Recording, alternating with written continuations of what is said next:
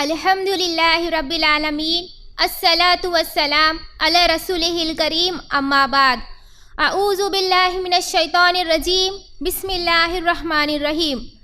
رب اشرح لی صدری ویسر لی امری واحلل عقدۃ من لسانی یفقہوا قولی۔ آج میں آپ تمام کا اس اجتماع میں اسلامی طریقے سے استقبال کرتی ہوں۔ السلام علیکم ورحمۃ اللہ وبرکاتہ۔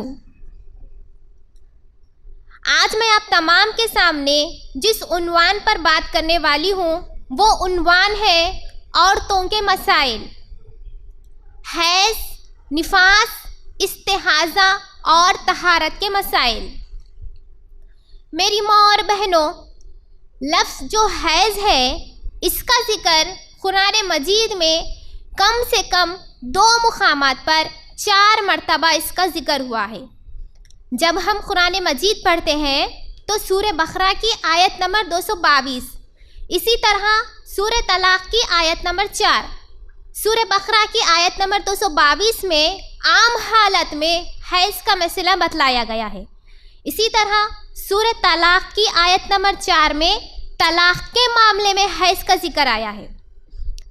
تو میری ماں اور بہنوں، اللہ سبحانہ و تعالیٰ نے مسلمان لڑکا ہو یا لڑکی یا غیر مسلمان لڑکا ہو یا لڑکی، قدرتی طور پر کسی بھی لڑکا یا لڑکی کے بالغ ہونے کے لیے جو ایک بڑی نشانی اللہ نے واضح کی ہے وہ ہے احتلام، یعنی وائٹ ڈسچارج۔ اور اللہ کی رحمت سے اللہ نے لڑکیوں کے لیے، ہم عورتوں کے لیے بالغ ہونے کی اور ایک نشانی حیض کی شکل میں رکھی ہے۔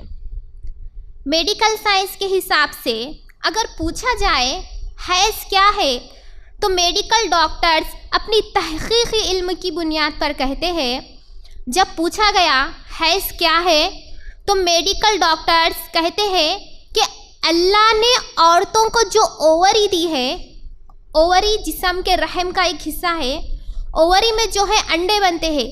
جیسے ہی لڑکی بالغ کی عمر کو آ جاتی ہے یا بالغ ہو جاتی ہے یا شادی کی عمر کو آ جاتی ہے تو عورت کے اووری میں جو انڈے بنتے ہیں تو کچھ وقت کے بعد وہ انڈے ضائع ہو جاتے ہیں، تو ان ضائع انڈوں کو جسم سے باہر نکلنا ضروری ہو جاتا ہے۔ اگر وہ ضائع انڈے جسم سے باہر نہیں نکلیں گے تو عورت کی جان کو خطرہ ہوتا ہے، اور یہ جان کا خطرہ ہونا جسم سے پیشاب کا خطرہ نہیں نکلنے کے خطرے سے بڑا خطرہ ہے۔ اور پھر یہ اووری جس کا میں نے آپ کے سامنے ذکر کیا، اس کو اردو میں انڈاشی کہتے ہیں۔ یوٹرس سے جڑا یہ ایک حصہ ہے، بچے دانی سے جڑا یہ ایک حصہ ہے۔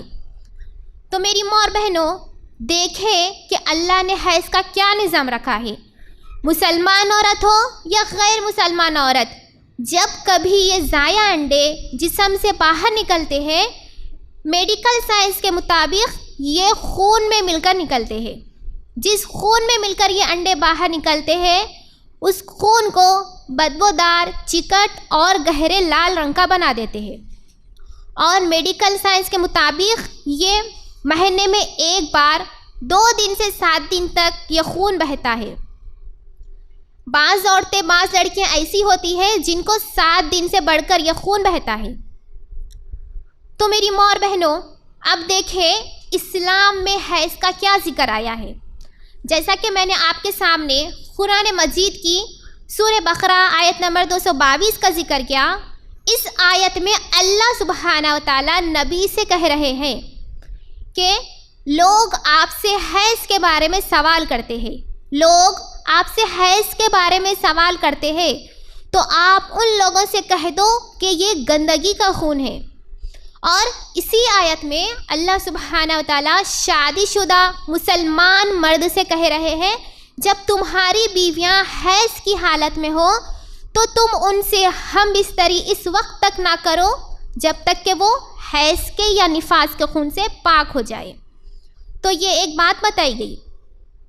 اس کے علاوہ ہمیں یہ بھی جاننا بہت اہم ہے کہ کون سے ایسے کام ہیں جو ایک مسلمان عورت حیض کے حالت میں نہیں کر سکتی۔ یہی بنیادی معلومات ہونا بہت ضروری ہے۔ تو قرآن اور حدیث کی روشنی میں 3 ایسے بنیادی کام ہیں جو ایک مسلمان عورت حیض کے حالت میں نہیں کر سکتی۔ سب سے پہلا کام، ایک مسلمان عورت حیض کی حالت میں فرض، سنت، نفل یا واجب نمازیں نہیں پڑھ سکتی۔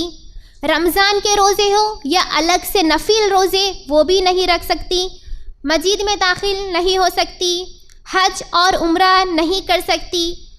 اگر وہ عیدگاہ جانا چاہے تو اس کی اجازت دی گئی۔ اس کی دلیل آپ کو صحیح بخاری جلد نمبر 1 حدیث نمبر 324 میں مل جائے گی۔ عیدگاہ جانے کی حیض کی حالت میں اجازت دی گئی ہے، لیکن آپ صلی اللہ علیہ وسلم فرماتے ہیں کہ حیض والی عورت عیدگاہ اس مقام پر نہ جائے جہاں مسلمان مرد اور مسلمان عورتیں نماز پڑھنے کے لیے کھڑے ہوں۔ تو یہ پہلی بات معلوم ہوئی۔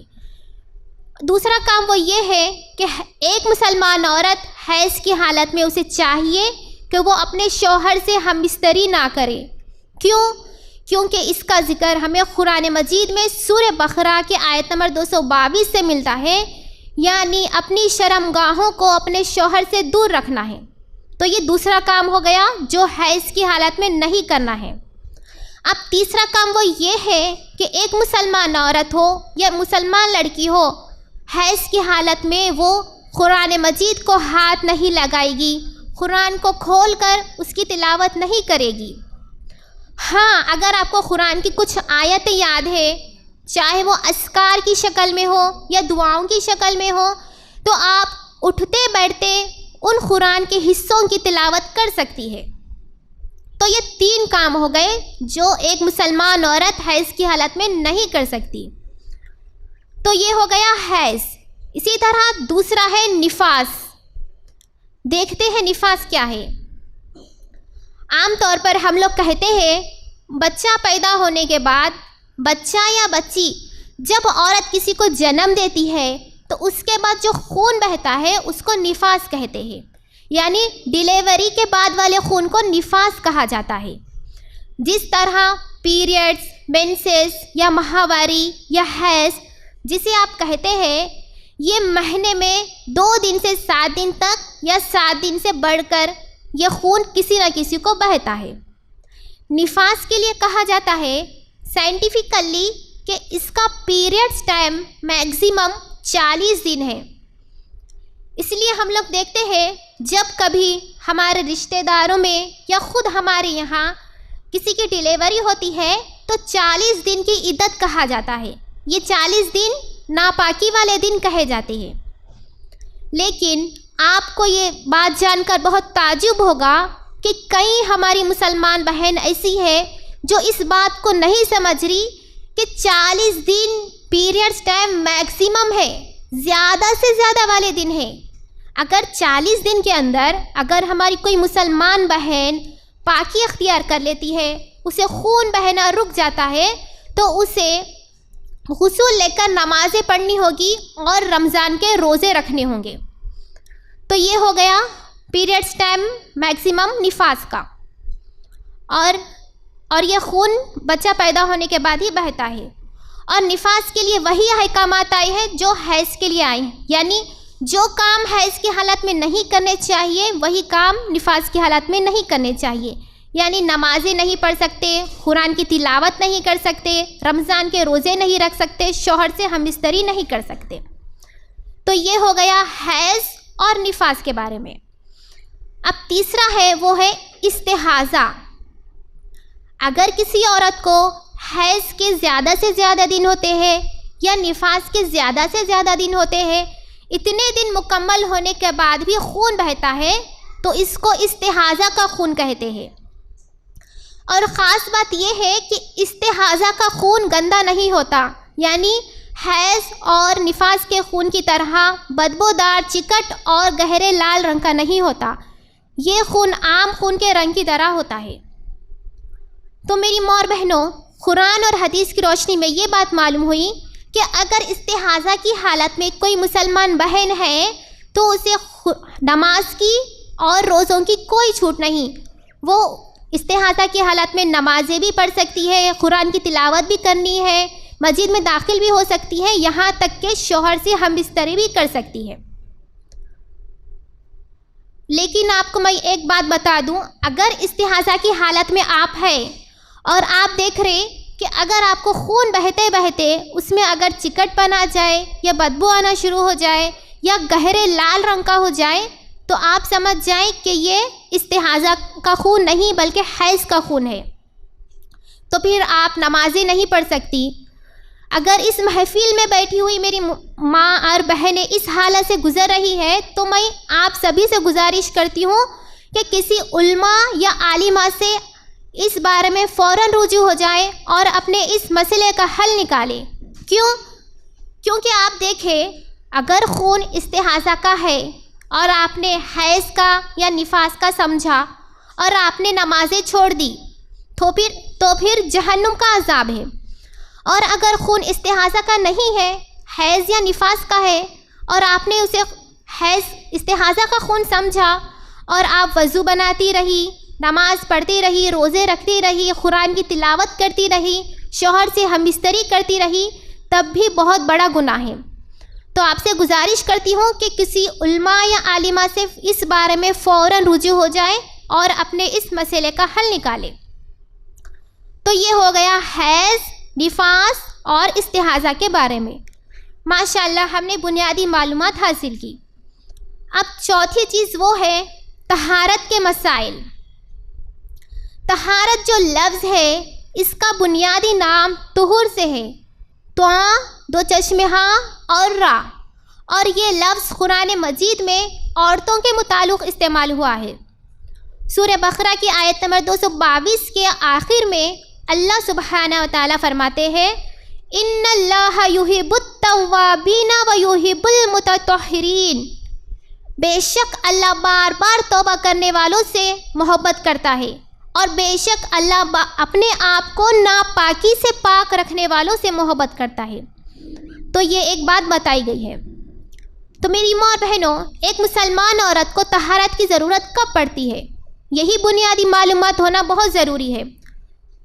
کوئی بھی مسلمان عورت ہوا خارج کر دے، جسے ہم فارٹنگ کہتے ہیں، طہارت کی ضرورت پڑتی ہے۔ پیشاب یا قضاء حاجت کے بعد طہارت کی ضرورت پڑتی ہے۔ حیض اور نفاس کا خون مکمل طور پر رک جانے کے بعد طہارت کی ضرورت پڑتی ہے۔ شوہر سے ہم بستری کے بعد طہارت کی ضرورت پڑتی ہے۔ اگر کسی وجہ سے احتلام ہو جائے تب بھی طہارت کی ضرورت پڑتی ہے۔ تو یہ 5 چیزیں ہمیں بنیادی یاد رکھنا چاہیے۔ اب ان 5 چیزوں میں ہمیں طہارت تو لینا ہے، لیکن اس کا طریقہ کیا ہے یہ ہم جانتے ہیں۔ تو طہارت کی 3 شکلیں ہیں۔ طہارت کی سب سے پہلی شکل، پیشاب کرنے کے بعد پیشاب کی جگہ کو اپنے لیفٹ ہینڈ سے پانی کے ذریعے سے مکمل صاف کر لیں گے، یہاں تک کہ پیشاب کے قطروں کی بھی نشانی باقی نہ رہے۔ اسی طرح قضاء حاجت کے بعد بھی اپنے لیفٹ ہینڈ سے صاف کریں گے تاکہ کوئی گندگی باقی نہ رہے۔ تو یہ ہو گئی طہارت کی پہلی شکل۔ اب طہارت کی دوسری شکل کو وضو کہتے ہیں۔ ہم سب جانتے ہیں وضو کسے کہتے ہیں۔ تو وضو کی ضرورت کب پڑتی ہے؟ طہارت کی پہلی شکل کو مکمل کرنے کے بعد ہم طہارت کی دوسری شکل کو مکمل کریں گے۔ اگر طہارت کی پہلی شکل مکمل نہ ہوئی ہو، اس میں کوئی کمی رہ گئی ہو یا کوئی غلطی رہ گئی ہو، تو ہم طہارت کی دوسری شکل مکمل نہیں کر سکتے۔ اگر ہم طہارت کی دوسری شکل وضو مکمل نہیں کریں گے تو ہماری کوئی نماز قبول نہیں ہوگی، اور پھر ہم بے نمازی جہنمی کہلائیں گے، نعوذ باللہ۔ تو طہارت کی پہلی شکل کو ہم مکمل عمل میں لائیں گے، اس کے بعد ہم طہارت کی دوسری شکل پر عمل کریں گے۔ تو وضو کا طریقہ کیا ہے؟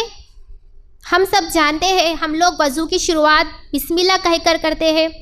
اپنے دونوں ہاتھ 3 دفعہ اپنے دونوں ہتھیلیوں کو 3 دفعہ دھو لے، پھر اپنے سیدھے ہاتھ سے 3 مرتبہ کلی کرے، پھر اپنے سیدھے ہاتھ سے 3 مرتبہ ناک میں پانی ڈالے، اور اپنے لیفٹ ہینڈ کی انگلی سے اپنے نک پھڑیوں کو صاف کرے۔ کیونکہ صحیح مسلم کی حدیث میں آپ صلی اللہ علیہ وسلم خاص حکم دیتے ہیں، جب تم نماز فجر کے لیے اٹھو تو اپنے ناک کی نک پھڑیوں کو اچھے سے صاف کرو، کیونکہ شیطان تمہاری نک پڑیوں میں اپنی رات گزارتا ہے۔ تو اپنی ناک کو اچھے سے صاف کرنا ہے۔ اس کے بعد 3 دفعہ اپنا چہرہ دھو لے، پیشانی کے بال سے ٹھوٹی کے نیچے تک، ایک کان کی لو سے دوسری کان کی لو تک مکمل چہرہ دھو لے۔ اس کے بعد اپنے دونوں ہاتھ کہنیوں سمیت دھوئے، پھر سر کا مسح کرے، پھر اپنے دونوں پیر ٹخنوں تک دھوئے۔ پھر اس کے بعد وضو کی بعد کی دعا پڑھے، اشہد ان لا الہ الا اللہ وحدہ لا شریک لہ واشہد ان محمدا عبدہ ورسولہ۔ یہ ایک دعا ہو گئی۔ اسی طرح اور ایک دعا، اللہم اجعلنی من التوابین واجعلنی من المتطہرین۔ یہ 2 دعائیں ہوگی۔ اگر آپ بیمار ہیں، آپ وضو نہیں کر سکتے، یا آپ سفر میں ہیں، آپ کو پانی نہ ملے، تب کیا کریں؟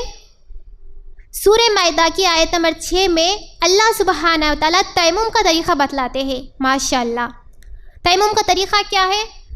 اگر آپ کو پاک اور صاف مٹی مل جائے تو بسم اللہ کہہ کر اپنے دونوں ہاتھ اس مٹی پر مارے، پھر ہلکے سے اپنے دونوں ہاتھ جھٹک لے، پھر اپنا سیدھا ہاتھ اپنے بائیں ہاتھ پر مل لے، پھر اپنا بایاں ہاتھ اپنے سیدھے ہاتھ پر ملے، پھر وہی دونوں ہاتھ اپنے چہرے پر پھیر لے۔ پھر اس کے بعد وضو کے بعد کی دعا پڑھے، اشہد ان لا الہ الا اللہ وحدہ لا شریک لہ واشہد ان محمدا عبدہ ورسولہ۔ یہ ایک دعا، اور ایک اللہم اجعلنی من التوابین واجعلنی من المتطہرین۔ یہ 2 دعائیں۔ تو طہارت کی دوسری شکل میں ہم نے کیا سیکھا؟ وضو کا طریقہ کیا ہے اور تیمم کیسے کرنا ہے۔ تو یہ ہو گئی طہارت کی دوسری شکل۔ اب طہارت کی تیسری شکل کو غسل کہتے ہیں۔ تو ایک مسلمان عورت کو تو غسل کی ضرورت کب پڑتی ہے؟ جب وہ حیض اور نفاس کے خون سے مکمل پاک ہوتی ہے، اور شوہر سے ہم بستری کے بعد بھی۔ ابن ماجہ کی حدیث نمبر 608 اور 610 سے یہ بات معلوم ہوتی ہے، جب میاں اور بیوی کی شرمگاہیں آپس کو چھو لیں یا دخول ہو جائے تب غسل کی ضرورت پڑتی ہے۔ یہ فرض ہے ہمارے اوپر۔ اب غسل کا طریقہ کیا ہے؟ وہی بسم اللہ کہہ کر اپنے ناف سے لے کر پیر کے تلوے تک مکمل پانی کے ذریعے سے صاف کر لینا ہے، یہاں تک کہ خون اور منی کے نشانات کی نشانی باقی نہ رہے۔ پھر اس کے بعد آپ وضو بنائیں، جس طرح نماز کے لیے وضو بناتے ہیں، لیکن پیر ابھی نہیں دھوئیں گے۔ صحیح مسلم کی حدیث میں آپ صلی اللہ علیہ وسلم فرماتے ہیں کہ آپ صلی اللہ علیہ وسلم جب غسل لیتے تو اپنے ناف سے لے کر پیر تک دھونے کے بعد پھر آپ صلی اللہ علیہ وسلم وضو بناتے، پھر اپنے دونوں پیر نہیں دھوتے، اپنے سر کے بالوں کے جڑوں میں پانی کو اچھے سے ملتے، پھر 3 دفعہ اپنے سر پر سے پانی بہاتے، پھر اپنے رائٹ شولڈر پر سے 3 مرتبہ پانی بہاتے، پھر اپنے لیفٹ شولڈر پر سے 3 مرتبہ پانی بہاتے، تاکہ جسم کا سارا حصہ بھیگ جائے۔ پھر اس کے بعد آپ صلی اللہ علیہ وسلم اپنے دونوں پیر دھوتے، جس طرح وضو کے آخر میں دھوتے ہیں۔ پھر اس کے بعد کی دعا، اشہد ان لا الہ الا اللہ وحدہ لا شریک لہ واشہد ان محمدا عبدہ ورسولہ، یا اللہم اجعلنی من التوابین واجعلنی من المتطہرین۔ تو یہ ہو گیا غسل کا طریقہ۔ میری ماں اور بہنوں، میں آپ کے سامنے یہ ایک بات بتا دوں کہ وضو کے بعد بھی یہ 2 دعائیں ہیں جو میں نے آپ کے سامنے پڑھی، تیمم کے بعد بھی یہی 2 دعائیں ہیں، اور غسل کے بعد بھی یہی 2 دعائیں ہیں، چاہے وہ غسل کون سا بھی ہو، چاہے وہ حیض کا غسل ہو، نفاس کا غسل ہو، یا استحاضہ کا غسل ہو، یا شوہر سے ہم بستری کے بعد جو غسل کرتے ہیں وہ غسل ہو۔ یہی 2 دعائیں ہیں، اس کے علاوہ کوئی دوسری دعا خاص نہیں ہے، اور نہ ہی پانی پر کوئی دعا پڑھ کر اس پانی کو نہانا ہے۔ صرف یہ 2 دعائیں ہیں پڑھنے کے لیے۔